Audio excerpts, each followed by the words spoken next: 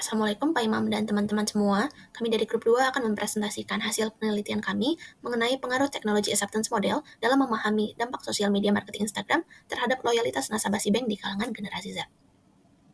Lalu berikut adalah anggota grup kami dari grup 2, dari saya, Nadia, lalu ada Tita, Zada, dan juga Karin.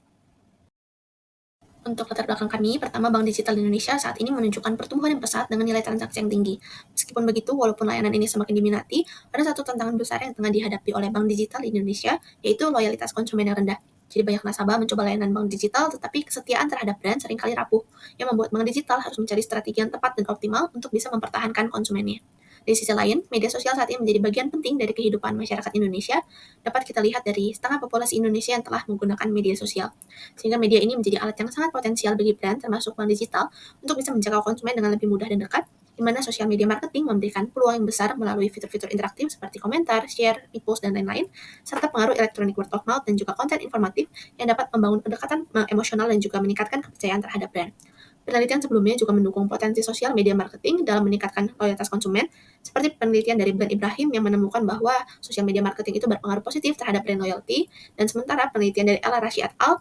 Juga menjelaskan hubungan ini melalui technological acceptance model, di mana persepsi manfaat dan juga kemudahan suatu teknologi itu dapat mempengaruhi niat perilaku konsumen yang pada akhirnya meningkatkan loyalitas mereka. Dengan mengacu pada jurnal ini, kami ingin melihat apakah sosial media marketing ini dapat membantu bank digital untuk mengatasi tantangan yang tengah dihadapi saat ini. Lalu berangkat dari keterbatasan penelitian jurnal acuan kami yang tidak menargetkan sosial media yang spesifik dan hanya berfokus di konteks wilayah Yordania, kelompok kami memilih untuk menguji hipotesis yang ada pada jurnal tersebut ke konteks penelitian spesifik yang kami pilih, di mana untuk bank digital kami memilih Citibank sebagai bank digital terbesar di Indonesia. Kemudian untuk usia kami memilih generasi Z yang merupakan pengguna paling banyak dari Citibank dan juga tumbuh dalam era digital. Kemudian untuk media sosial kami memilih platform Instagram sebagai platform yang paling populer di kalangan Gen Z.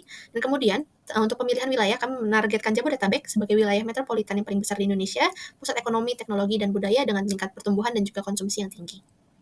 Lalu terdapat 7 rumusan masalah penelitian kami sesuai dengan model penelitian yang akan dijelaskan di bab 3 nanti. Kemudian untuk tujuan penelitian kami yaitu untuk menguji hipotesis pada model penelitian kami sesuai dengan rumusan masalah sebelumnya. Untuk manfaat penelitian kami dibagi menjadi 3, yaitu bagi peneliti, di mana kami berharap dapat mengetahui lebih lanjut mengenai bagaimana sosial media marketing melalui Instagram dapat memengaruhi loyalitas nasabah di sektor perbankan digital, khususnya pada generasi Z di Jabodetabek. Kemudian bagi penelitian selanjutnya, di mana kami berharap hasil penelitian kami ini dapat menjadi referensi literatur untuk topik yang relevan dan dapat menjadi bahan pertimbangan untuk penelitian berikutnya. Terakhir, untuk penyedia layanan perbankan digital, di mana hasil penelitian ini diharapkan dapat berguna bagi perusahaan perbankan digital dalam menyusun strategi sosial media marketing yang optimal. Kemudian untuk ruang lingkup penelitian, kami memilih responden yang merupakan masyarakat Indonesia dari generasi Z usia 17-27 tahun yang menggunakan Instagram dan juga Citibank. Dan kami menargetkan responden dengan domisili Jabodetabek sesuai dengan justifikasi sebelumnya. Berikut merupakan timeline pelaksanaan penelitian kami. Dan berikut untuk sistematika penelitian kami yang terdiri dari 5 bab, mulai dari pendahuluan hingga kesimpulan dan juga saran. Baik, berikutnya masuk ke tinjauan pustaka, di mana kami mendefinisikan berdasarkan penelitian dan penelitian terdahulu pada masing-masing variabelnya. Yang pertama ada social media features, di mana social media features ini didefinisikan oleh Kaplan dan Helin sebagai media sosial adalah suatu grup aplikasi berbasis internet yang menggunakan ideologi dan teknologi web 2.0, di mana penggunanya dapat berinteraksi satu sama lain dan bertukar informasi. Lalu electronic word of mouth sendiri adalah kegiatan pemasaran yang dilakukan agar konsumen membicarakan, mempromosikan, atau menjual merek kita kepada orang lain. Itu adalah definisi dari Sufjan Asauri. Dan electronic word of mouth sendiri mengacu pada bentuk komunikasi berbasis sarana elektronik yang digunakan untuk mempengaruhi sikap dan juga perilaku pelanggan. Lalu berikutnya untuk informatifnya sendiri, menurut Anggreni Hananto pada 2020, informasi dapat dilihat sebagai motivasi dalam merespons pelanggan dalam iklan pemasaran. Sementara informasi sendiri ini juga dapat mempengaruhi respons pengguna terhadap iklan, bagaimana dia merespons terhadap iklan media sosial. Dan untuk intention itu adalah sekumpulan perilaku yang dapat memprediksi apakah konsumen akan membeli produk layanan tersebut di masa depan atau enggak. Dan menurut yang et al. Dan juga intention ini dipengaruhi oleh beberapa variabel seperti misalnya service quality, customer satisfaction, perceived value, perceived usefulness, dan juga perceived ease of use. Lalu kita juga menjelaskan kita menggunakan teknologi TAM atau TAM atau teknologi acceptance model, di mana TAM ini sendiri menjelaskan hubungan sebab akibat antara keyakinan akan manfaat suatu teknologi atau sistem informasi dan kemudahan penggunaannya.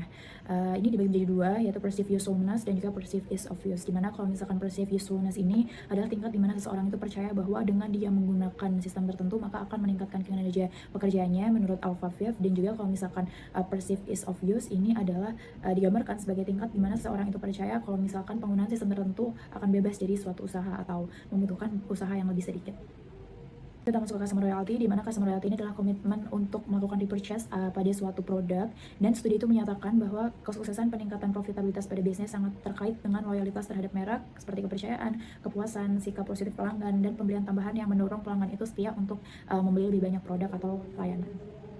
Kita adalah tabel penelitian terdahulu, di mana dari variabel SMF, PU, dan PEU ini, kalau misalkan dari penelitian LRHC atau jurnal acuan kami, itu SMF memiliki dampak yang signifikan terhadap perceived usefulness dalam hal perbankan online, namun dia tidak memiliki dampak yang signifikan terhadap perceived ease of use.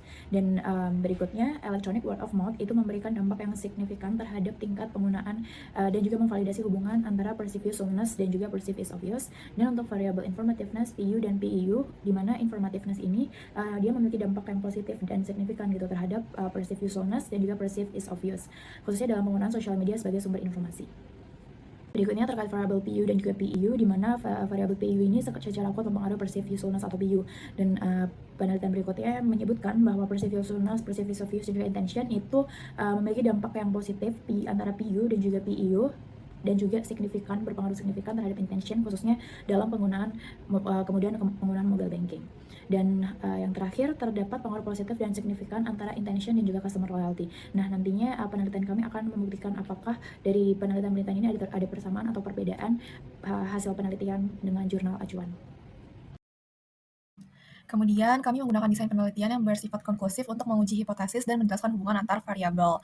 Nah, desain penelitian konklusif ini sesuai untuk digunakan dalam penelitian deskriptif yang berupaya mengkonfirmasi hubungan yang sudah diketahui melalui pengujian lebih lanjut. Seperti dalam penelitian kami ingin menguji hipotesis untuk mengukur efek social media marketing, electronic word of mouth, dan informativeness terhadap loyalitas pelanggan melalui persepsi kemudahan penggunaan dan kegunaan yang diukur menggunakan model TAM atau teknologi acceptance model. Kemudian pengambilan data dilakukan secara single cross-sectional, yang artinya data diambil sekali dalam periode waktu tertentu. Untuk pengumpulan data dalam penelitian dilakukan dengan teknik survei menggunakan Google Form dengan menyebarkan kuesioner secara online. Lalu tahapan dalam pengembangan kuesioner itu terdiri dari wording test untuk mengetahui pemahaman orang lain terhadap kata-kata yang digunakan dalam kuesioner. Ketika kata-kata yang telah digunakan sesuai dan lebih mudah dipahami oleh audiens, kemudian kami menyebarkan kuesioner ke beberapa orang, sekitar 30 orang, untuk dilakukan pretest untuk menguji validitas dan reliabilitas awal kuesioner. Setelah data di pretest itu valid dan reliable, kami melanjutkan dengan mengumpulkan data untuk mind test menggunakan model pengukuran dan model struktural dengan structural equation modeling atau SEM. Selanjutnya, untuk metode pengumpulan data, kami menggunakan data primer dan data sekunder. Data primer itu adalah data orisinal yang kami kumpulkan sendiri, dan kami olah sendiri. Dalam penelitian ini, kami menggunakan data kuantitatif dengan menyebarkan kuesioner secara online menggunakan platform Google Form atau self-administered questionnaire, karena responden dapat mengisi kuesioner sendiri tanpa campur tangan dari kami sebagai peneliti. Kemudian, kami menggunakan data sekunder yang terdiri dari studi literatur, buku-buku, jurnal, dan situs resmi yang memuat informasi terkait objek penelitian dan sumber pendukung lainnya. Untuk metode pengambilan sampel, kami menggunakan metode purposive sampling, di mana respon itu dipilih berdasarkan kriteria tertentu yang relevan dengan tujuan penelitian. Kriteria responden yang kami gunakan atau yang kami perlukan adalah masyarakat Indonesia yang berusia 17-27 tahun, bisa dibilang Gen Z, yang menggunakan sosial media Instagram dan merupakan nasabah SIBank dan tinggal di Jabodetabek. Berikutnya adalah model penelitian yang kami gunakan. Penelitian kami mengadopsi model penelitian dari LRHC yang berjudul Understanding the Effects of Social Media Marketing on Customers Brand Loyalty, dan juga mengadopsi model penelitian dari Mehrat untuk menjelaskan intention dari jurnalnya yang berjudul Word of Mouth Impact on the Adoption of Mobile Banking in Iran. Nah, dalam penelitian ini, social media marketing yang terdiri dari social media features, electronic word of mouth, dan informativeness merupakan variabel independen yang tidak dipengaruhi oleh variabel lain. Kemudian, di sini kami ingin menguji hipotesis social media marketing terhadap consumer loyalty dari pengguna SIBank dengan menggunakan pendekatan TAM atau teknologi acceptance model yang terdiri dari perceived usefulness dan perceived ease of use, yang dari sini itu menjelaskan tentang niat pembelian ulang atau niat penggunaan berkelanjutan dari para pengguna SIBank. Untuk lebih jelasnya akan saya jelaskan di slide selanjutnya. Berikut ini adalah beberapa hipotesis penelitian dalam penelitian kami. Yang pertama itu ada H1A, social media features berpengaruh positif terhadap perceived usefulness. Di sini, fitur-fitur social media khususnya di Instagram itu terdiri dari Interaksi langsung melalui fitur DM, comments, dan shares itu memungkinkan komunikasi dua arah antara pengguna dan perusahaan. Ini membantu pengguna merasa bahwa platform ini tuh relevan dan bermanfaat untuk memenuhi kebutuhan mereka akan informasi, terlebih untuk informasi tambahan yang perlu jawaban langsung dari perusahaan. Kemudian selain itu, berbagai konten seperti unggahan dan stories itu memudahkan perusahaan dalam menyampaikan informasi yang relevan secara efektif sehingga meningkatkan nilai kegunaan platform. Selanjutnya untuk hipotesis H1B, social media features itu berpengaruh positif terhadap perceived as of use karena fitur-fitur media sosial seperti antarmuka yang sederhana, desain visual yang menarik, dan real-time notification itu memudahkan pengguna mengakses informasi dalam media sosial Instagram ini. Dan selain itu juga biasanya Instagram dan sosial media lainnya itu didukung dengan kemampuan untuk mendukung personalisasi melalui ulasan, rekomendasi, dan algoritma pencarian yang dimana ini akan memperkuat persepsi kemudahan dalam penggunaan platform untuk pengguna mencari informasi yang mereka inginkan. Kemudian terdapat hipotesis H2A, yaitu electronic word of mouth berpengaruh positif terhadap perceived usefulness. Electronic word of mouth memungkinkan pelanggan untuk berbagi ulasan, rekomendasi, dan pengalaman mereka secara cepat dan luas, yang dimana orang-orang akan lebih percaya dengan ulasan yang diberikan langsung oleh pengguna dari produk tersebut, sehingga ini tuh memperkuat persepsi pelanggan bahwa informasi yang diperoleh melalui electronic word of mouth itu relevan dan bermanfaat sehingga meningkatkan perceived usefulness. Kemudian H2B itu electronic word of mouth berpengaruh positif terhadap perceived as of use. Jadi di electronic word of mouth itu faktor utamanya adalah interpersonal connectivity dan juga social influence. Di sini hubungan interaktif atau lingkungan interaktif yang mudah digunakan oleh pengguna platform itu tuh dapat mendorong pengalaman penggunaan yang lebih baik melalui interaksi dan juga kemudahan mendapat rekomendasi dan ulasan dan sebagainya.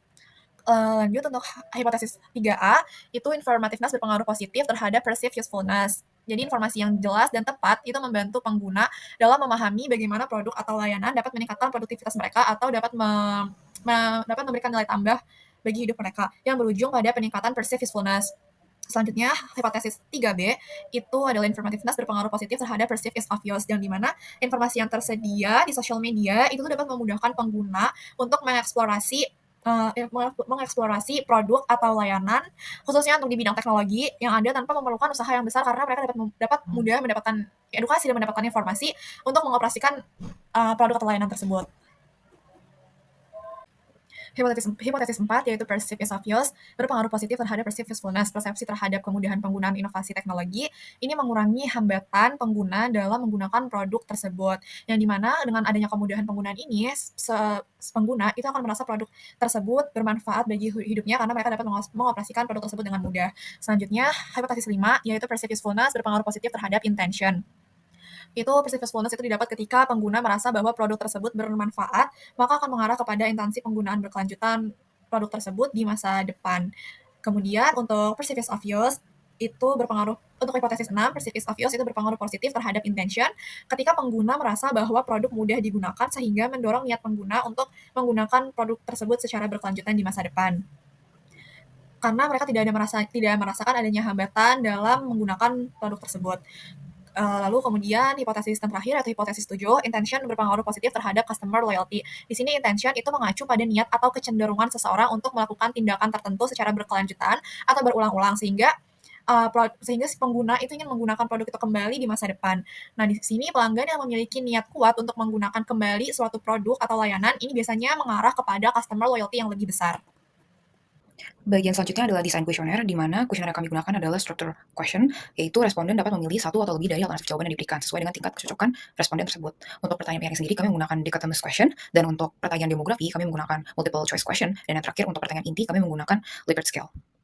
Bagian selanjutnya adalah sistematika kuesioner, di mana pertama terdapat bagian pendahuluan kuesioner yang memuat identitas serta penjelasan singkat tentang topik dan tujuan penelitian kepada responden, dan juga dijelaskan kriteria responden yang kita inginkan untuk kuesioner, dan juga dilanjutkan dengan pertanyaan penyaring, di mana di sini fungsinya adalah untuk mengeliminasi calon responden yang tidak sesuai dengan kriteria penelitian, sehingga kuesioner kami menjadi lebih valid dan reliable, serta pengolahan dan analisis data lebih efektif serta tepat sasaran. Terdapat 4 pertanyaan penyaring. Pertanyaan ini direplikasi dari jurnal LRSC et al., di mana terdapat 6 variabel dan 1 variabel yaitu behavioral intention yang kami modifikasi kembali berdasarkan jurnal Mehrat et al. Menjadi intention. Kemudian responden diarahkan untuk memberikan penilaian menggunakan skala Likert dari skala 1 hingga 6. Selanjutnya, responden diarahkan untuk mengisi pertanyaan terkait data demografi dari responden tersebut dan dilanjutkan dengan bagian penutup yang memuat ucapan terima kasih karena telah berpartisipasi dalam kuesioner dan juga mencantumkan kontak yang dapat responden hubungi apabila ada yang ingin ditanyakan terkait dengan kuesioner. Untuk operasionalisasi ketujuh variabel dalam model ini, pertama, untuk variabel social media features terdapat 4 indikator, untuk electronic word of mouth terdapat 4 indikator juga, informativeness dengan 3 indikator, perceived usefulness dengan 4 indikator, perceived ease of use dengan 4 indikator, intention dengan 4 indikator, dan yang terakhir customer loyalty dengan 3 indikator. Untuk metode analisis data sendiri akan dibagi menjadi 4 bagian. Yang pertama yaitu wording test, kemudian pretest, dan juga analisis statistik deskriptif. Untuk metode sendiri kami menggunakan PLSM yang terdiri dari 3 tahapan. Yang pertama itu model specification, dan yang kedua adalah analisis model pengukuran outer model yang terdiri dari pengujian internal consistency, conversion validity, dan discriminant validity. Selanjutnya, analisis yang kami lakukan adalah melakukan model struktural atau intermodal, di mana kami menggunakan pengujian R-square, kemudian F-square, dan U-square, dan yang terakhir adalah menguji path coefficient. Pertama, untuk pelaksanaan penelitian, sebelum menyebarkan kuesioner, kami melakukan wording test kepada 4 responden untuk memastikan bahwa pertanyaan ataupun pernyataan yang ada di dalam kuesioner kami dapat dipahami dengan jelas dan tidak ambigu. Dari hasil wording test tersebut, terdapat beberapa perubahan yang kami ubah dalam kuesioner, seperti di slide ini untuk bagian profil responden dan indikator pada variabel SMF. Kemudian berikut juga beberapa indikator yang kami sesuaikan setelah wording test. Dan berikut adalah list indikator terakhir yang kami sesuaikan dalam wording test kami. Selanjutnya, untuk memastikan bahwa alat ukur yang digunakan di dalam penelitian merepresentasikan tingkat akurasi yang tepat dan efektif, dilakukan uji validitas dan reliabilitas untuk setiap komponen kuesioner. Pada tahap awal, kami melakukan uji validity dan reliability pada 65 responden, di mana angka ini sudah memenuhi angka minimal pretest di 30 sampel. Lalu untuk melihat validity, kita melihat besaran KMO, komponen matrix, dan juga anti-image yang harus lebih besar sama dengan 0,5, sedangkan untuk reliability, kita melihat besaran Cronbach alpha yang harus lebih besar sama dengan 0,6 untuk bisa dikatakan reliable. Berdasarkan hasil pengujian, dapat dilihat di sini bahwa semua indikator pada ketiga variabel, SMF, EWM, dan juga INF memenuhi syarat validity dan juga reliability. Melanjutkan slide sebelumnya, semua variabel lainnya yaitu PU, PEU, INT, dan juga CL juga memenuhi semua syarat validity dan reliability sehingga dapat dilakukan penyebaran kuesioner lebih lanjut untuk uji mentas. Berikutnya kita akan bahas terkait data demografis responden yang kita dapatkan dari 155 responden. Di sini berdasarkan aspek demografisnya, mayoritas responden pada penelitian ini adalah wanita sebanyak 62,3% yang berusia 20 sampai 23 tahun di angka 66,2%, yang berdomisili di Jakarta dengan persentase 25,8% dengan pendidikan terakhirnya S1 di 68,9%, dan mayoritas merupakan mahasiswa atau pelajar di 69,5% gitu, dengan kepemilikan akunsi bank mostly di 4 sampai 6 bulan dengan persentase 41,1%. Dan kemudian aspek perilaku responden, kami juga mengukur aspek perilakunya melalui intensitas lamanya penggunaan Instagram per hari, dan hasilnya sebanyak 43% responden itu menghabiskan waktu selama 3 sampai 4 jam sehari untuk berselancar di Instagram. Kemudian setelah mengumpulkan sampel yang cukup untuk melakukan uji di mentas, yaitu 151 responden yang sudah melebihi syarat 5 kali indikator penelitian, kami melakukan analisis deskriptif untuk memberikan gambaran ringkas mengenai data-data yang diperoleh dari responden, yaitu gambaran mengenai nilai minimum, maksimum, rata-rata, dan standar deviasi dari setiap item pertanyaan. Kita bisa lihat di sini rata total dari setiap variabel itu cukup tinggi di kisaran 5 dari skala 1 sampai 6, yang mengindikasikan bahwa responden memiliki persepsi positif terhadap social media features, electronic word of mouth, dan juga informativeness dari Instagram Cbank yang dianggap relevan dan juga bermanfaat. Lalu responden juga merasa platform ini mudah digunakan dan mendukung layanan perbankan secara efektif. Kemudian niat untuk menggunakan layanan itu cukup tinggi, tetapi loyalitas pelanggan di sini masih perlu dan dapat ditingkatkan lagi meskipun sudah berada di arah yang positif. Lalu selanjutnya untuk mengetahui kelayakan dari variabel yang digunakan dalam model penelitian, dilakukan analisis model pengukuran. Yang pertama yaitu uji internal konsistensi yang dilakukan untuk mengukur reliabilitas dari model pengukuran yang ditentukan dari nilai Cronbach alpha yang harus di atas 0,6 dan composite reliability yang nilainya harus lebih besar dari 0,7. Di slide ini kita bisa melihat bahwa ketujuh variabel yang digunakan di penelitian ini memenuhi syarat konsistensi dari uji internal konsistensi, di mana semua variabel memiliki Cronbach alpha di atas 0,6 dan composite reliability yang hampir semuanya di kisaran 0,8.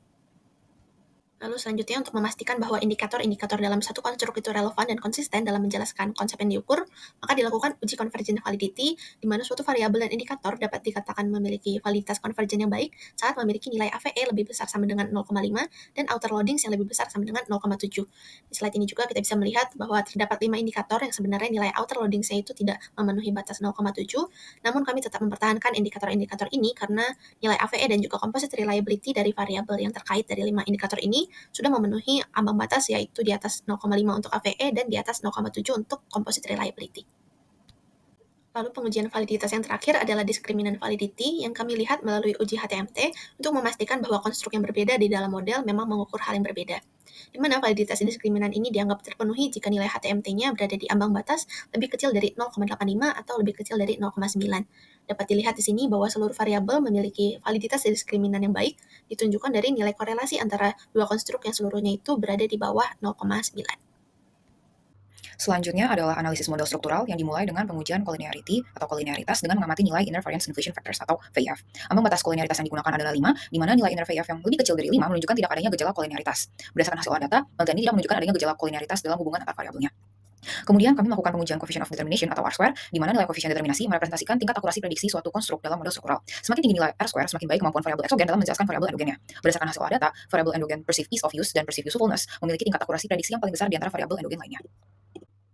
Selanjutnya dilanjutkan dengan pengujian effect size atau F-square yang dilakukan untuk menilai seberapa besar perubahan yang terjadi ketika terdapat variabel eksogen tertentu yang dihilangkan dari model untuk mengevaluasi dampak substansif terhadap variabel endogen. Hare et al. Merekomendasikan ukuran effect size adalah F-square lebih besar daripada 0,02 untuk pengaruh lemah, F-square lebih besar daripada 0,15 untuk pengaruh sedang, dan F-square lebih besar daripada 0,35 untuk pengaruh yang kuat. Berdasarkan hasil olah data yang kami lakukan, kontribusi tertinggi terhadap konstruk perceived usefulness berasal dari konstruk social media features dengan nilai 0,089 yang tergolong sebagai pengaruh lemah. Kemudian kontribusi tertinggi terhadap konstruk perceived ease of use berasal dari konstruk electronic word of mouth dengan nilai 0,186 yang tergolong sebagai pengaruh yang sedang. Kemudian kontribusi tertinggi terhadap konstruk intention berasal dari konstruk perceived ease of use dengan nilai 0,135 yang tergolong sebagai pengaruh lemah. Dan yang terakhir, kontribusi tertinggi terhadap konstruk customer loyalty berasal dari konstruk intention dengan nilai 0,609 yang tergolong sebagai pengaruh yang kuat. Berikutnya, pengujian nilai predictive relevance yang dikenal sebagai Stone-Geisser Q-square digunakan untuk menilai relevansi prediktif dari model melalui prosedur blindfolding, di mana nilai Q-square yang lebih besar dari 0 menunjukkan bahwa model memiliki relevansi prediktif, yang artinya model mampu memprediksi indikator-indikator dalam konstruk endogen dengan baik. Berdasarkan hasil data, tidak terdapat nilai Q-square konstruk endogen yang sama dengan atau di bawah 0, yang berarti model mampu memprediksi indikator-indikator dalam konstruk endogen secara efektif sesuai dengan kriteria predictive relevance. Pengujian terakhir dalam analisis model struktural adalah pengujian size and significance of path coefficient. Kami sini menggunakan direct effect karena tidak terdapat variabel mediasi dan moderasi. Setelah memastikan bahwa model pengukuran dan model struktural telah memenuhi syarat kelayakan, pengolahan data dilanjutkan untuk menguji signifikansi. Pengujian ini dilakukan dengan menggunakan metode bootstrapping dengan jumlah subsampel sebanyak 10.000. Penelitian ini menggunakan pendekatan one-tail di mana hipotesis memiliki arah pengaruh tertentu, dan oleh karena itu, pengaruh dianggap signifikan jika nilai t-value lebih besar sama dengan 1,645 untuk hipotesis dengan arah pengaruh positif, dan untuk nilai t-value lebih kecil sama dengan min 1,45 untuk hipotesis dengan arah pengaruh negatif. Selanjutnya, tingkat signifikans level yang digunakan adalah 0,05, di mana hipotesis akan dinyatakan signifikan apabila memiliki nilai p-value lebih kecil sama dengan 0,05. Berdasarkan hasil olah data, ditemukan bahwa nilai path coefficient yang paling tinggi terletak pada nilai dari pengaruh intention terhadap customer loyalty dengan nilai 0,615, dan selanjutnya, dari 10 hipotesis yang diajukan, terdapat 1 hipotesis yang tidak memiliki signifikansi, yaitu pengaruh dari electronic word of mouth terhadap perceived usefulness. Berikut untuk visualisasi model dengan nilai path coefficient dan juga t-value. Setelah dilakukan analisis hipotesis, dapat disimpulkan bahwa hasil penelitian dari H1A, H1B, H2B, dan H3A data mendukung hipotesis. Namun, untuk hipotesis H2A, yaitu electronic word of mouth berpengaruh positif terhadap perceived usefulness, ternyata didapatkan hasil penelitian data tidak mendukung hipotesis. Kemudian, untuk hipotesis H3B, H4, H5, H6, dan H7 ditemukan hasil penelitian bahwa data mendukung hipotesis. Berikut ini adalah diskusi dari analisis hipotesis. Social media features dan informativeness sama-sama meningkatkan persepsi kegunaan produk Cbang di Jabodetabek karena menyediakan fitur yang dapat digunakan oleh pengguna untuk memperoleh informasi yang relevan dan bermanfaat terkait kegunaan produk. Temuan ini mengonfirmasi temuan El-Arashi et al. Bahwa social media features dan informativeness meningkatkan persepsi kegunaan produk mobile banking di Jordania. Namun di Jabodetabek ditemukan bahwa electronic word of mouth tidak mempengaruhi secara signifikan terhadap perceived usefulness karena tingkat kepercayaan terhadap informasi daring termasuk electronic word of mouth di Indonesia masih dipengaruhi oleh skeptisme terhadap kredibilitas sumber. Hal ini dikonsisten dengan temuan dari Pfeffer et al. Selanjutnya, social media features, informativeness, dan electronic word of mouth memudahkan pengguna bank digital karena menyediakan video edukasi, fitur interaktif, dan interpersonal connectivity terkait informasi mengoperasikan produk Cbang. Temuan ini mendukung temuan dari Kaplan-Heinlein bahwa fitur sosial media yang dirancang dengan baik dapat mempermudah pengguna untuk memahami sistem teknologi. Namun dalam temuan dari El-Arashi et al. Tahun 2023 di Jordania menyatakan bahwa social media features dan electronic word of mouth tidak meningkatkan persepsi kemudahan penggunaan karena fitur sosial media sulit digunakan dalam konteks produk bank digital, serta pengguna bank digital di Jordania tidak menemukan feedback atau review dari IWM terkait cara penggunaan bank digital. Adanya perceived ease of use dapat meningkatkan perceived usefulness dengan memberikan kemudahan pengguna Cbang di Jabodetabek untuk mengeksplorasi layanan dan dalam mobile banking Cbang sehingga pengguna cenderung lebih fokus pada manfaat yang dapat diperoleh dari kegunaan teknologi tersebut. Hal ini tuh mendukung temuan dari teori dasar dalam teknologi acceptance model atau TAM yang menyatakan bahwa kemudahan penggunaan suatu teknologi dapat meningkatkan persepsi pengguna terhadap manfaat teknologi tersebut. Kemudian, perceived ease of use dan perceived usefulness mempengaruhi niat pengguna untuk menggunakan layanan Cbang secara berkelanjutan di Jabodetabek. Hal ini juga mendukung temuan teknologi acceptance model ketika pengguna merasa bahwa teknologi atau layanan tertentu mudah digunakan, mereka cenderung merasa lebih nyaman dan percaya diri dalam menggunakannya. Hal ini mengurangi hambatan adopsi teknologi dan meningkatkan niat untuk terus menggunakan teknologi tersebut. Selanjutnya, niat atau intention untuk terus menggunakan layanan adalah elemen kunci dalam membangun dan mempertahankan loyalitas pelanggan atau customer loyalty. Dalam konteks Cbang, memastikan bahwa layanan memberikan pengalaman yang konsisten dan memuaskan dapat memperkuat niat pengguna untuk tetap setia sehingga menciptakan basis pelanggan yang loyal. Hal ini tuh mendukung temuan dari penelitian yang menunjukkan bahwa Intention atau niat untuk terus menggunakan suatu layanan merupakan indikator yang signifikan dalam membentuk loyalitas pelanggan. Niat ini tuh dapat mencakup keinginan pelanggan untuk terus menggunakan layanan, melakukan pembelian ulang, dan merekomendasikan produk kepada orang lain. Baik, berikutnya kita masuk ke kesimpulan, di mana dari penelitian yang telah kami lakukan, terdapat pengaruh signifikan dari social media features terhadap perceived usefulness dan juga perceived ease of use, yang berarti bahwa fitur-fitur yang tersedia di social media ini dapat meningkatkan persepsi penggunaan bahwa adopsi teknologi akan meningkatkan produktivitas gitu, sekaligus kemudahan dalam menginovasi dalam mengadopsi inovasi teknologi baru. Nah, lalu berikutnya, walaupun di sini tidak terdapat pengaruh yang signifikan dari electronic word of mouth terhadap perceived usefulness, yang berarti bahwa e-worm ini dapat menjadi sumber relevan bagi konsumen, namun faktor ini bukanlah faktor penentu utama dalam membentuk persepsi penggunaan suatu produk.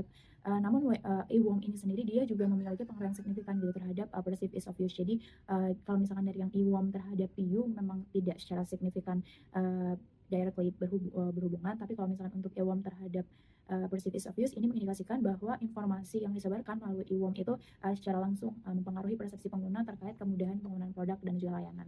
Dan lalu kesimpulan ketiga, terdapat pengaruh signifikan antara perceived ease of use terhadap perceived usefulness, yang artinya semakin mudah penggunaan suatu produk atau layanan, maka semakin tinggi juga tingkat persepsi pengguna terhadap kegunaannya dalam meningkatkan produktivitas. Lalu yang keempat, terdapat pengaruh signifikan antara perceived usefulness terhadap intention, yang mengindikasikan bahwa semakin tinggi persepsi penggunaan suatu produk atau layanan, maka semakin besar niat individu untuk menggunakannya apabila mereka itu merasa kalau produk mereka itu terasa memberikan manfaat yang jelas gitu dan juga relevan untuk kebutuhan mereka. Lalu berikutnya, terdapat pengaruh signifikan antara perceived ease of use terhadap intention, yang mengindikasikan bahwa semakin mudah suatu produk atau layanan digunakan, maka semakin tinggi juga kecenderungan pengguna untuk menggunakan produk tersebut kembali atau repurchase gitu. Lalu berikutnya, terdapat pengaruh signifikan antara intention dan juga customer loyalty, yang mengindikasikan bahwa semakin tinggi niat dari pelanggan untuk menggunakan atau berinteraksi dengan produk atau layanan, maka juga semakin tinggi loyalitas yang mereka berikan terhadap suatu produk atau layanan tersebut. Di sini ada beberapa keterbatasan penelitian kami, yaitu di mana pada penelitian kami ini terbatas oleh respondennya yang hanya melibatkan generasi Z atau usianya 17-27 tahun, yang berdomisili hanya di Jabodetabek, yang mana di Jabodetabek sendiri tingkat penetrasi internetnya sangat tinggi, sehingga hasil penelitian ini juga nggak bisa untuk digeneralisasikan untuk populasi yang lebih luas dan tidak sepenuhnya relevan untuk daerah yang mungkin penetrasi internetnya masih rendah di Indonesia. Dan lalu berikutnya ada fokus penelitian ini pada fokus pada platform Instagram sebagai media sosial pemasaran dari isi bank. Dan penelitiannya juga tidak memperhitungkan beberapa faktor eksternal seperti layanan perbankan digital, persaingan antar bank, dan juga tren ekonomi yang mungkin akan mempengaruhi loyalitas pelanggan atau pengguna. Lalu berikutnya, pengumpulan data dilakukan menggunakan single cross-sectional karena keterbatasan waktu, sehingga data yang kita kumpulkan juga tidak dapat memberikan gambaran terkait perubahan perilaku pengguna dalam jangka panjang, serta bagaimana perkembangan dari tren sosial media itu sendiri dari waktu ke waktu. Dan yang terakhir, penggunaan metode non-probability sampling atau purposive convenience sampling itu dapat memberikan bias dalam memilih responden, sehingga hasil penelitian ini mungkin tidak sepenuhnya representatif untuk populasi yang jumlah besar. Berikutnya terkait indikasi manajerial, di mana perusahaan ini dapat melakukan diversifikasi kanal pemasaran agar dapat menjangkau audiens yang lebih luas lagi. Karena penelitian kami terkait dengan Gen Z, maka perusahaan dapat menyasar seperti TikTok, X, ataupun YouTube. Lalu berikutnya, optimalisasi fitur media sosial untuk meningkatkan aspek kemudahan dari pengguna, dan perusahaan itu dapat memanfaatkan, karena berdasarkan penelitian yang kami lakukan, kalau misalkan social media feature itu berpengaruh secara signifikan terhadap aspek kemudahan pengguna, maka dari itu perusahaan dapat memanfaatkan atau memaksimalkan fitur-fitur di Instagram seperti komen ataupun DM. Dan berikutnya ada pemanfaatan electronic word of mouth untuk meningkatkan kemudahan penggunaan.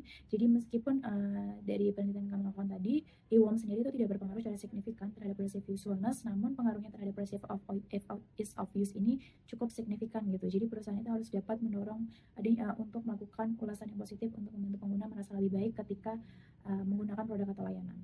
Lalu berikutnya adalah fokus pada kemudahan penggunaan untuk meningkatkan persepsi penggunaannya. Jadi misalnya seperti desain antarmuka yang lebih mudah untuk digunakan, sehingga itu juga akan berpengaruh kepada experience dan nantinya akan berpengaruh juga terhadap loyalty. Kalau kita dapat menyusun strategi pemasaran yang sesuai, di mana untuk meningkatkan loyalitas pengguna ini sendiri, perusahaan dapat melakukan strategi seperti demonstrasi produk ataupun program loyalty untuk meningkatkan customer loyalty terkait produk atau layanan.